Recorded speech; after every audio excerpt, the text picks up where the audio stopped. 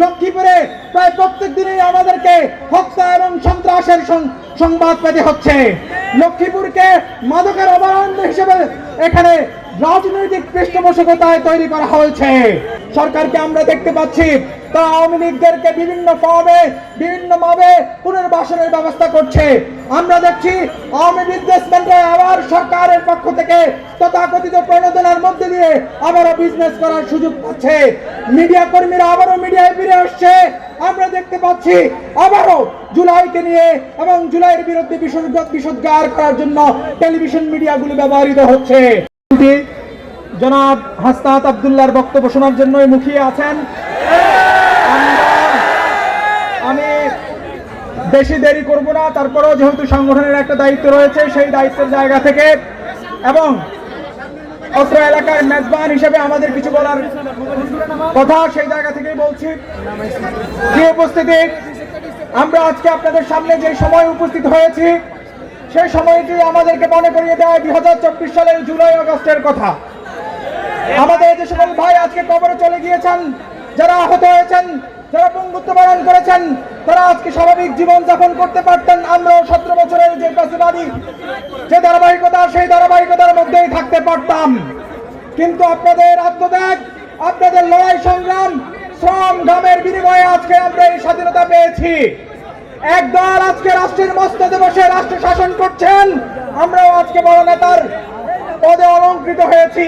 কিন্তু জুলাই আমাদের মনে করিয়ে দেয় যে জুলাইয়ের শহীদরা যে আকাঙ্ক্ষা নিয়ে তাদের আত্মত্যাগ করেছেন, যে রক্ত দিয়েছেন, নিজেদেরকে শহীদ হিসেবে কবুল করে নিয়েছেন, সেই আকাঙ্ক্ষার বাংলাদেশ এখনো আমরা পাইনি। সুতরাং আমরা আজকের এই জুলাইয়ের দ্বিতীয় বর্ষপূর্তিতে আপনাদের সামনে উপস্থিত হয়েছি কয়েকটি দাবি নিয়ে। আমরা এই সরকারের কাছে দাবি করতে চাই, অবিলম্বে জুলাই সনদকে বাস্তবায়ন করতে হবে। কোনোভাবেই গণভোটের যে গণরায়, সেই গণরায়কে বাস্তবায়নের সময় ক্ষেপণ করা যাবে না।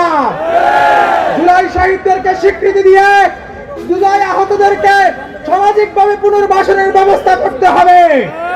জুলাই শহীদদের পরিবারকে সামাজিকভাবে পুনর্বাসনের ব্যবস্থা করতে হবে। জুলাই যোদ্ধারা যারা বিভিন্ন রাজনৈতিক দলে রাজনীতি করছেন, দল মত নির্বিশেষে তাদের জীবনের নিরাপত্তা নিশ্চিত করতে হবে। জুলাইয়ের জাদুঘর যেটি আমরা শুনতে পাচ্ছি, আমাদের অনুপ্রেরণার জায়গা, সেটি উন্মুক্ত করে দেওয়ার টালবাহানা চলছে, সময় দীর্ঘায়িত করা হচ্ছে। 5 আগস্টের আগেই এই জুলাই জাদুঘরকে উন্মুক্ত করে দিতে হবে। এই উপস্থিতি, আমরা 17 বছরের গোলামের জিঞ্জির ভেদ করে রক্তের এই মসৃণ পথ পাড়ি দিয়ে, কণ্ঠকাঠিন্য পথ পাড়ি দিয়ে আজকের এই তথাকথিত গণতান্ত্রিক একটি সরকার, নির্বাচিত সরকারের অধীনে আমরা আজকে বাস করছি। কিন্তু দুঃখের সাথে লক্ষ্য করা যাচ্ছে, লক্ষ্মীপুরে প্রায় প্রত্যেক দিনই আমাদেরকে হত্যা এবং সন্ত্রাসের সংবাদ পেতে হচ্ছে। লক্ষ্মীপুরকে মাদকের অভয়ারণ্য হিসেবে এখানে রাজনৈতিক পৃষ্ঠপোষকতায় তৈরি করা হয়েছে। আমরা লক্ষ্মীপুরের অনুন্নয়নের কথা নাই বললাম, আমাদের পূর্ববর্তী বক্তারা ইতিমধ্যেই বলে গিয়েছেন। আমরা সরকারকে এবং দায়িত্বশীল ব্যক্তিদেরকে লক্ষ্মীপুরের মানুষের সামাজিক নিরাপত্তা এবং জীবনের সুনিশ্চিত নিরাপত্তা নিশ্চিত করার জন্য আহ্বান জানাই। প্রিয় উপস্থিতি, সরকারকে আমরা দেখতে পাচ্ছি তা আওয়ামী লীগদেরকে বিভিন্ন ভাবে পুনর্বাসনের ব্যবস্থা করছে। আমরা দেখছি আওয়ামী বিজনেসম্যানরা আবার সরকারের পক্ষ থেকে তথাকথিত প্রণোদনার মধ্যে দিয়ে আবারও বিজনেস করার সুযোগ পাচ্ছে। মিডিয়া কর্মীরা আবারও মিডিয়ায় ফিরে আসছে। আমরা দেখতে পাচ্ছি আবারও জুলাইকে নিয়ে এবং জুলাইয়ের বিরুদ্ধে বিষোদ্গার করার জন্য টেলিভিশন মিডিয়াগুলো ব্যবহৃত হচ্ছে। আমরা সরকারকে আহ্বান জানাবো, আপনারা যে তরুণ সমাজকে নিয়ে আগাতে চান, সমৃদ্ধ বাংলাদেশ গঠন করতে চান, সেই তরুণ সমাজ যে জুলাইকে ধারণ করছে, সেই জুলাইকে ধারণ করা ব্যতীত জুলাইয়ের আকাঙ্ক্ষাকে পাশ কাটিয়ে আপনারা কখনোই সেই কাঙ্ক্ষিত বাংলাদেশ গড়ে তুলতে পারবেন না।